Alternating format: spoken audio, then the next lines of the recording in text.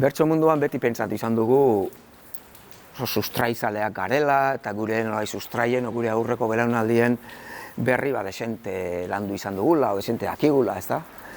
Baina, ni Antxoko Agirreren lan hau irakurri nuenean, uste dut lehenbiziko aldiz ikusi nuela gure ibilbidearen kontakizun sendo bat. Eta uste dut ez geneukala, ez? Eta lan honek, ematen digula, sendoa batetik liburuaren tamainagatik eta volumenagatik eta orrialde kopuruagatik eta analisi kopuruagatik, baina bestetik, nolabait hiru angelutatik begiratzen diolako, ez, bertsolaritzaren ibilbideari, eta ematen digulako batetik bertsolaritzaren eragiletzaren historia bat, bertsolaritzaren historia sozialaren oinarri jartzen ditulako, eta bertsolaritzaren presentzia mediatikoaren historia egiten duelako, ez da, hirurak batean.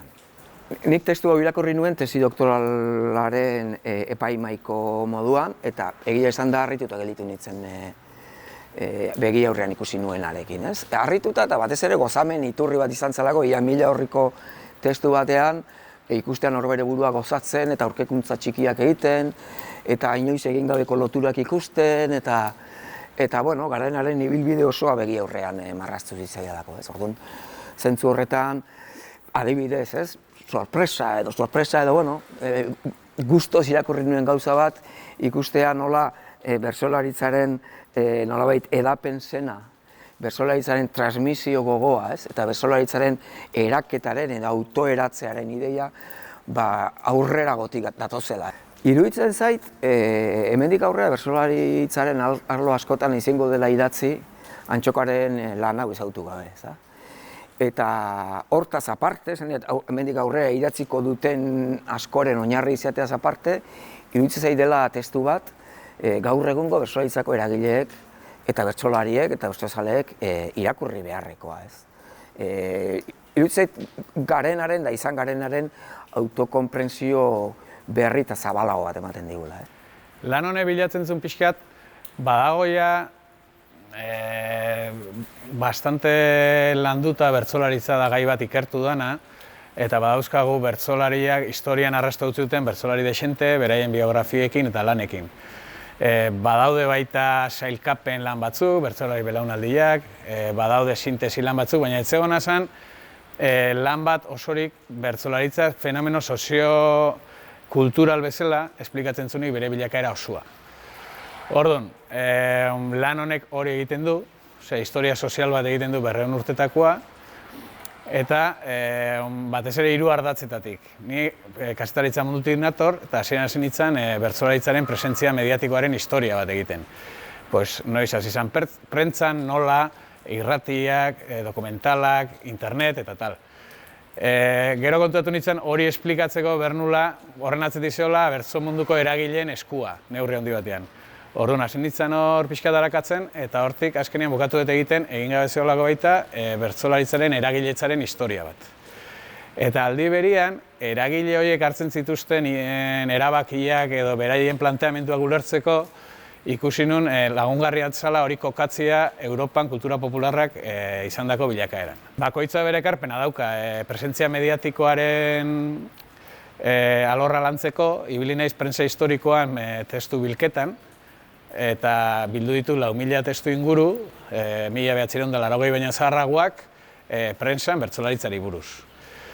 Horiek etiketatuta, garai bakoitzean, zeintzian protagonistak, zeintzian gai nagusiak, zeintzian bertsolaritzaren inguruan ematen zian iruditeriak, guzti hori jasotzen da.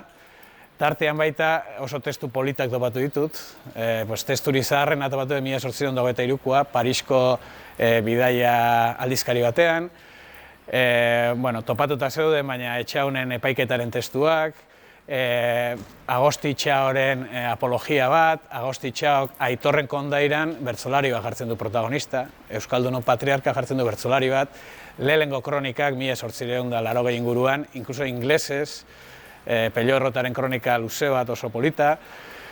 Harritu nau, atzerriko prentsan asko ateratzen zala, interesa handia zegoela, Austrian topatu dut bertsolaritzari buruzko testuak, The Timesen iparragirriri buruzko testuak, eta bar. Orduan batetik ekarpen hori dago, testu pila hori, eta eragileitzaren historia garrantzitsu iruditzen zait baita, batzutan perspektiba galtzen deulako historikoa. eta 8 belaunaldi gutxi gora bera daude hor, bertsolaritzak gaur egun iritsi dan tokiraino lanean jardun dutenak. Eta ikusten da, badagoela proiektu bat eta badaudela ideia batzuk garatzen jundianak belaunaldiz belaunaldi. Pues transmisioa, edabideratzea, bilketa eta bar.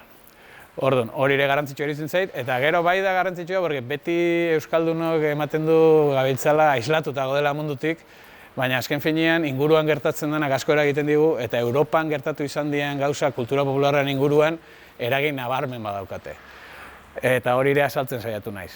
Orduan, guzti hori, azkenean lan mardul bat bada, baina aldi berean saiatu naiz zerbait irakurgarria egiten, eta nik uste ez da oso teknikoa, osea, tesi bada, baina historia da. Edozeinek irakurtzeko modukoa da, eta gainea barruan belaunaldi desberdin horien historia vitalak daude, prentsako zatien atzean dauden historia daude, historia txiki pila bat daude, nahi bentzeat lanian nahi nitzala asko disfrutatu detenak. Honen aurrekaritzat har daiteken lan bat izan daiteke Antonio Zabalaren Bosquejo de Historia de Bertsolarismo, 74koa, eta ura bezala esan behar den, niri ere azkenian ez dela lan bukatu bat, osea, zirriborro bat ez dakit esatia da, baina da lan bat irakurria izateko eta mejoratu izateko eta ikertzen jarraitzeko jendeak.